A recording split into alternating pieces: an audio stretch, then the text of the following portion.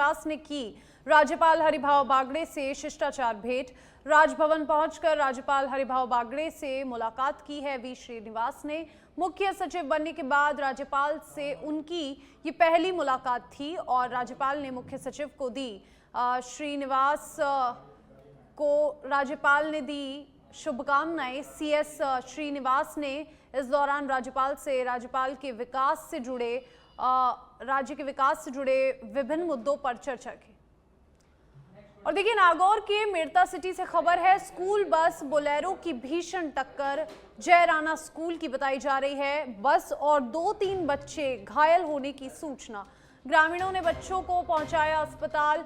हिरनखुरी गांव के पास की है घटना और देखिए सीसीटीवी में कैद हुई पूरी घटना। स्कूल बस बोलेरो की यह घटना जयराना स्कूल की बस बताई जा रही है।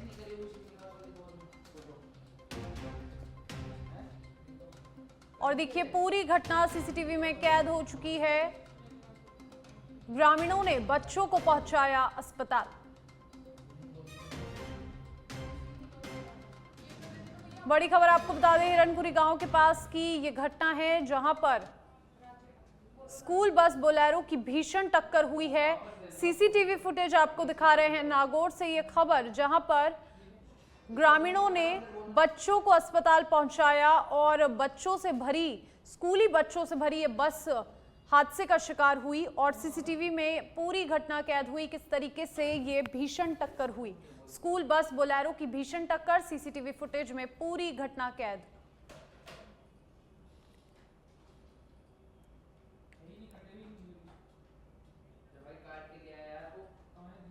बड़ी खबर आपको बता रहे हैं नागौर से, ग्रामीणों ने बच्चों को अस्पताल पहुंचाया। इस घटना के बाद ग्रामीणों ने बच्चों को तुरंत अस्पताल में भर्ती करवाया। सीसीटीवी में कैद ये पूरी घटना जहां पर बोलेरो से एक स्कूली बस की टक्कर हो गई और इस टक्कर में कई बच्चे घायल हुए, तुरंत अस्पताल में भर्ती करवाया गया। सीसीटीवी फुटेज में पूरी घटना कैद हुई किस तरीके से बोलेरो की ये भीषण टक्कर हुई बस और बोलेरो की, जिसमें बस में सवार कई बच्चों को तुरंत घटना के बाद अस्पताल पहुंचाया गया। हिरनखुरी गांव के पास की घटना बताई जा रही है। सीसीटीवी में सीधे तौर पर आप देख सकते हैं किस तरीके से ये घटना हुई और भीषण टक्कर बताई जा रही है। स्कूल बस बोलेरो की भीषण टक्कर। नागौर से ये तस्वीरें जयराना स्कूल की बस बताई जा रही है और स्कूल ही जाते समय। और देखिए इसी खबर पर नागौर से हमारे संवाददाता जुगल हमारे साथ फोन लाइन पर जुड़ चुके हैं। जुगल, किस तरीके से ये पूरी घटना हुई, भीषण टक्कर बताई जा रही है, फिलहाल मामले को लेकर क्या कुछ जानकारी? मैडम, ये घटना आज सुबह की बताई जा रही है। राणा बाई स्कूल की ये निजी बस बताई जा रही है। बच्चों को लेकर स्कूल आ रही थी, रास्ते में बोलेरो ने इसको टक्कर मार दी, जिससे 2-3 बच्चे घायल होने की बताया जा रहा है।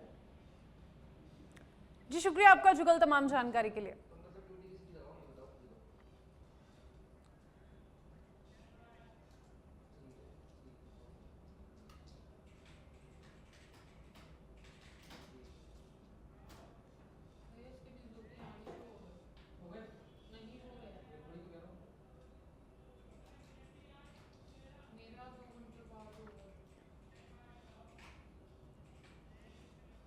सांभर लेक में कोट रोड स्थित गौरव पथ पर जलदाय विभाग की लापरवाही से बड़ा हादसा टल गया। देर रात फटी पानी की पाइपलाइन के कारण सड़क धंसकर लगभग 5 फीट चौड़ा और 7 फीट गहरा गड्ढा यहां पर बन गया, जिससे रात भर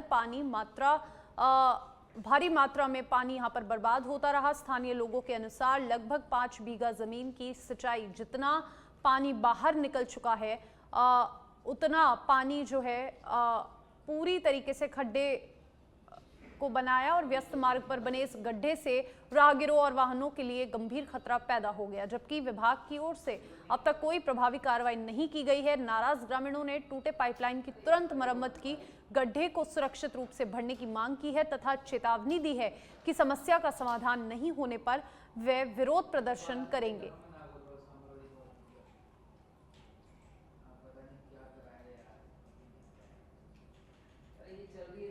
5-6 दफा लाइन टूट चुकी है और हर बार यही हो रहा है कि हाँ ठीक हो जाएगी। ये लाइन का जो मेन कारण है वो आज तक इन लोगों ने देखा नहीं। आईएन साहब को फोन किया, वो भी संतुष्टिपूर्ण जवाब नहीं दे रहे मुझे। और ये गड्ढा कब से हो रहा है? ये रात को करीबन 3:30 बजे, सुबह 3:30 बजे के आसपास से है और इतना पानी निकल चुका है कि 5 बीघा खेती को आप पानी पिला सकते हो। और कितनी गाड़ी यहाँ के अंदर घुसा? ये एक बाइक वाला है जो मरते मरते वहां से बचा है, उसको तुरंत मैं यहीं बाहर खड़ा था, उसको पकड़ा मैंने। गाड़ी स्लिप हो गई यहाँ बिल्कुल किनारे के ऊपर। आपके शुभ नाम? ओम सिंह राठौड़ है। ये पत्थर मैंने ही लगाए हैं ताकि कोई नीचे घुस के और मरे नहीं।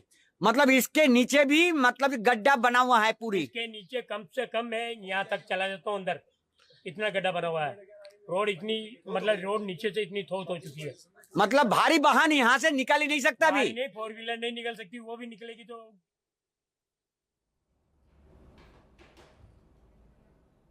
और देखिए सांभर से खबर आपको बता रहे हैं, ग्रामीणों ने तुरंत इस गड्ढे की मरम्मत की मांग उठाई है, क्योंकि कभी भी इस गड्ढे की वजह से बड़ा हादसा हो सकता है। और जलदाय विभाग की ये बड़ी लापरवाही कि पाइपलाइन टूटी और गड्ढे की मरम्मत नहीं की गई और व्यस्त मार्ग पर खतरा लगातार बढ़ा हुआ है। ग्रामीणों ने इसकी तुरंत मरम्मत करने की मांग उठाई है और जलदाय विभाग की लापरवाही से इस इलाके में 5 फीट लंबा और 7 फीट गहरा गड्ढा यहाँ पर बना हुआ है, जिससे कि कभी भी कोई भी बड़ा हादसा हो सकता है।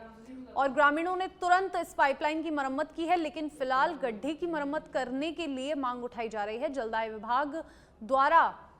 इस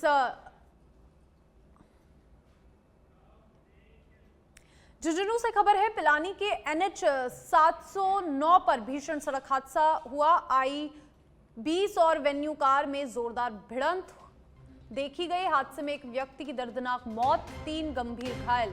बड़ी खबर आपको बता रहे हैं, पिलानी के NH 709 पर भीषण सड़क हादसा हुआ है। चूरू के बरासर निवासी सुरेश की अस्पताल में मौत हो गई। घायल सत्यवीर, मुकेश और निखिल का इलाज फिलहाल अस्पताल में जारी है।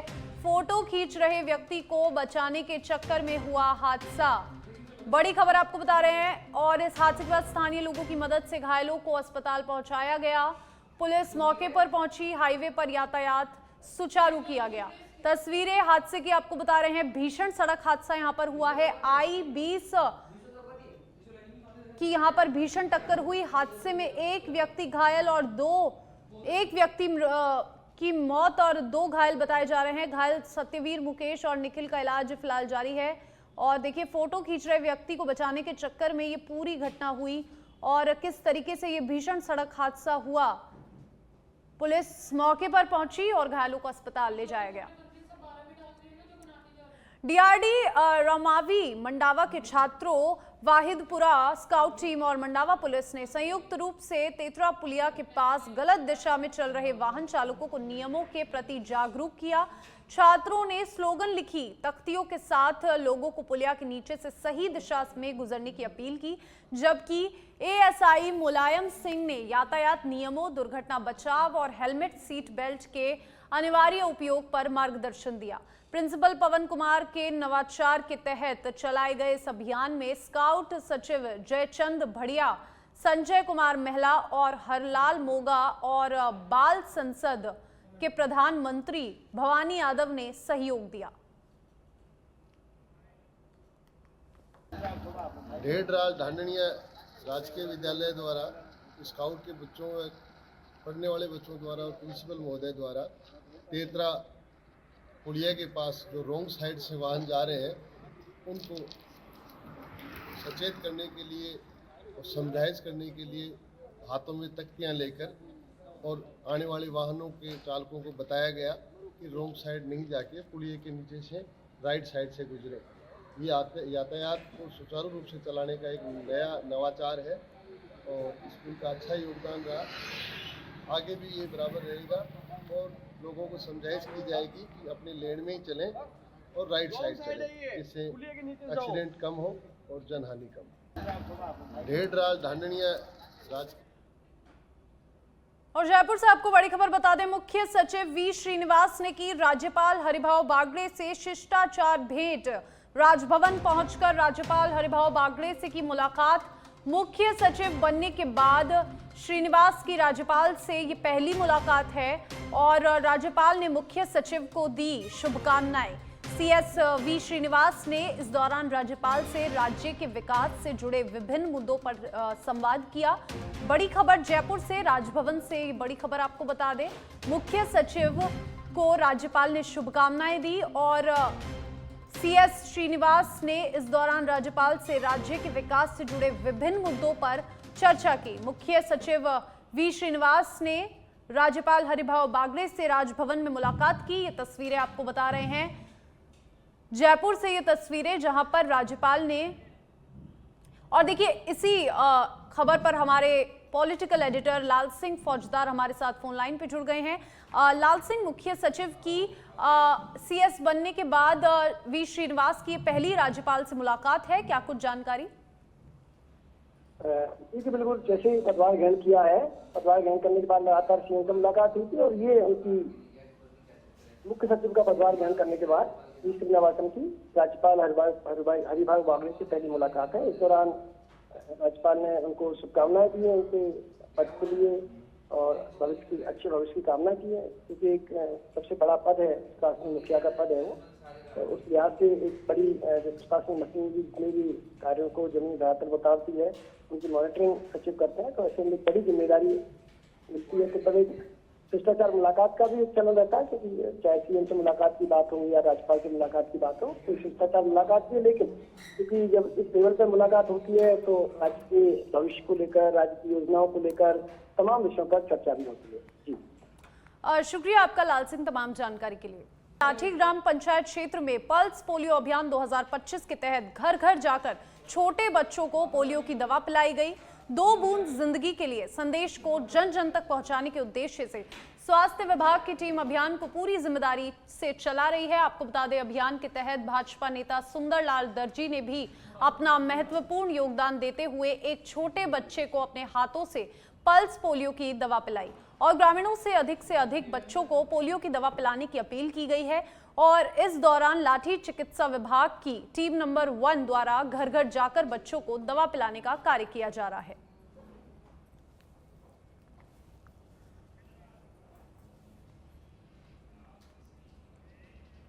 और अब श्री गंगानगर के रायसिंह नगर से खबर है, राज रकबा की भूमि पर चला सरकार का पंजा। रायसिंह नगर के समेजा कोठी से ये बड़ी खबर आपको बता रहे हैं। समेजा कोठी के राज्य की अस्पताल के साथ अवैध अतिक्रमण का मामला, करीब 15 से 20 फीट तक अवैध अतिक्रमण किया गया है। जय भारत मेडिकल स्टोर का किया जा रहा था संचालन। अतिक्रमण तोड़ने की कार्रवाई के दौरान किया विरोध। पूर्व विधायक का मेडिकल स्टोर पर था आना जाना और गाड़ी सहित कई कार्रवाई की गई। और देखिए, रोकने का प्रयास यहां पर किया गया। कार्यपाल मजिस्ट्रेट के आदेशों पर पूर्व विधायक दौलत राज हिरासत में लिए गए हैं। श्रीगंगानगर से बड़ी खबर आपको बता रहे हैं, जहां पर अवैध अतिक्रमण पर कार्रवाई हुई है। और श्रीगंगानगर के रायसिंह नगर से ये तस्वीरें, जहां पर सरकार का पंजा चला अतिक्रमण पर, राज रकबा की भूमि पर चला सरकार का पंजा।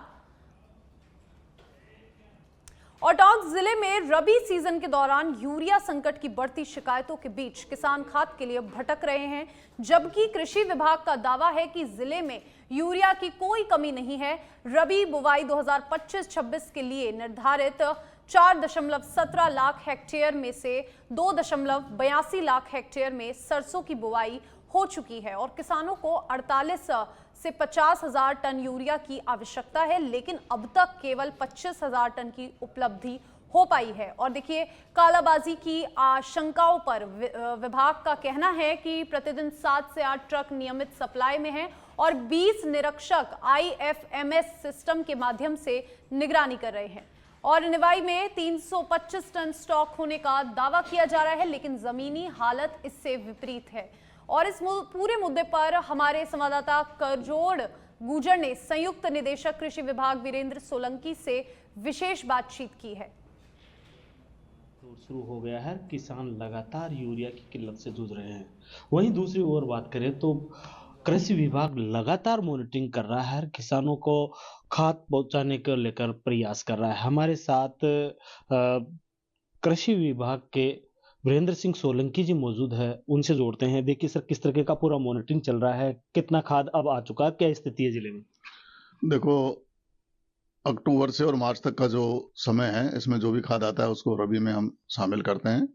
और रबी में सभी फसलों में जिले में लगभग 50,000 टन यूरिया की आवश्यकता होती है। जिले में 85% फसलों की बुआई हो गई है, तो अब डीएपी, सुपर फास्फेट और फास्फेटिक फर्टिलाइजर जितने भी एनपीके वगैरह, उनकी आवश्यकता नहीं है। अब पहला पानी लग रहा है और उसमें एक साथ यूरिया की जरूरत है। तो अभी तक जिले में लगभग 25,000 टन यूरिया आ चुका है। अभी हाल ही में 750 टन से ज्यादा इफको का यूरिया आ गया। एनएफएल का 810 टन अभी आवंटन करवाया है, वो मिल जाएगा। एचयूआरएल का 400 टन आवंटन है, वो मिल जाएगा। जीएनवीएफसी का 410 टन का आवंटन है, वो आ रहा है। आरसीएफ का भी आ गया। तो नियमित रूप से 700 से 800 टन यूरिया आ रहा है। रोजाना लगभग 750, 700, 750 टन यूरिया बिक रहा है। तो जितनी आवश्यकता है उतना यूरिया नियमित रूप से आ रहा है। और मॉनिटरिंग का हमारा सिस्टम है, IFMS एक पोर्टल है, उस पर जिले में किस डीलर के पास कौन सा फर्टिलाइजर कितनी मात्रा में है, ये सारा उस पर डाटा उपलब्ध है। और प्रतिदिन हम ये डाटा निकाल करके उसको उपयोग करते हैं। बिल्कुल, प्रतिदिन डाटा निकाल कर उपयोग कर रहे हैं। वही दूसरी ओर बात करें तो सर, लगातार कालाबाजारी को लेकर किसान आरोप लगा रहे हैं। तो अब तक कितने ऐसे आरोपी हैं जिनके खिलाफ जांच किया है और कार्रवाई को अंजाम दिया है? लगभग 20 से ज्यादा डीलरों को कारण बताओ नोटिस जारी किए हैं और 10 लाइसेंस निरस्त किए हैं। जहां भी शिकायत आई है बाद में जांच कर लेंगे, अगर जांच में निर्दोष पाया बहाल कर देंगे। लेकिन प्रारंभिक तौर पर जैसे ही शिकायत हमें मिली है, वो निरस्त कर दिया 10 के लाइसेंस। देखिए सर, बात करें, किसान लगातार भ्रमित हो रहे हैं कि वो सिंचाई को लेकर ये कह रहे हैं कि अब हमें बिना यूरिया की सिंचाई करनी पड़ेगी। आज भी हमारे किसानों से बात हुई, तो उन किसानों को क्या कहना चाहेंगे आप? देखो, नियमित रूप से यूरिया आ रहा है, जितनी जरूरत है उतनी मात्रा में आ रहा है। 50% आवश्यकता से 50% से ज्यादा यूरिया हमारे पास आ चुका, नियमित रूप से आ रहा है। किसानों को ये अंदेशा है कि समय पे यूरिया नहीं मिला तो दिक्कत होगी, तो मैं यही आश्वस्त कर रहा हूँ, प्रतिदिन यूरिया आ रहा है, जब जरूरत पड़ेगी पर्याप्त मिल जाएगा।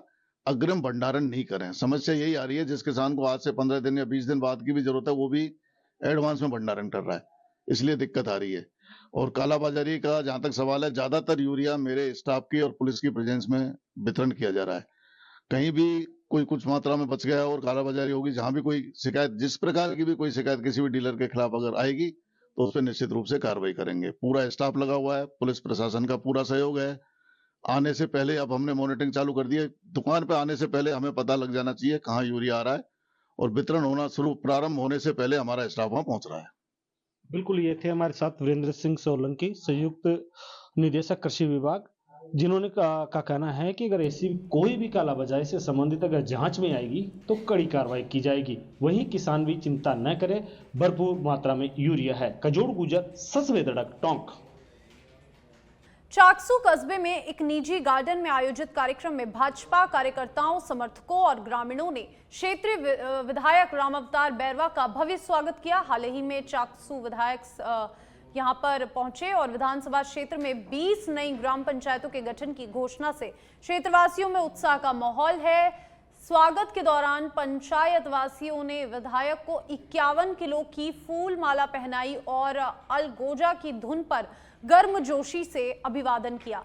विधायक रामावतार बैरवा ने इस अवसर पर कहा कि नई ग्राम पंचायतों के गठन से ग्रामीण विकास को नई गति मिलेगी और जन कल्याणकारी जो योजनाएं हैं वो अधिक से अधिक प्रभावी रूप से आम जन तक पहुंचेगी।